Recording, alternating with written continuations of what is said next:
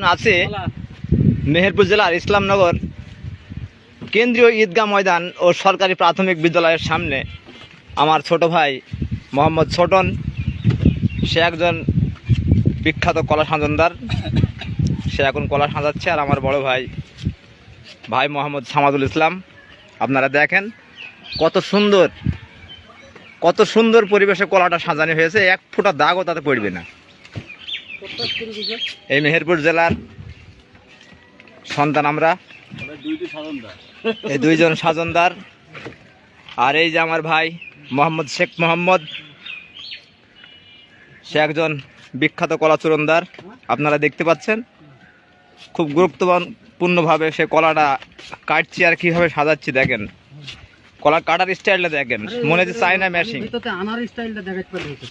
আপনারা দেখেন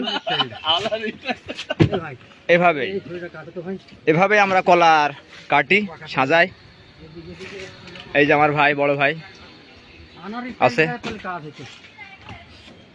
আর এই যে আমার আরেক ভাই এসছে, ওই জামাই।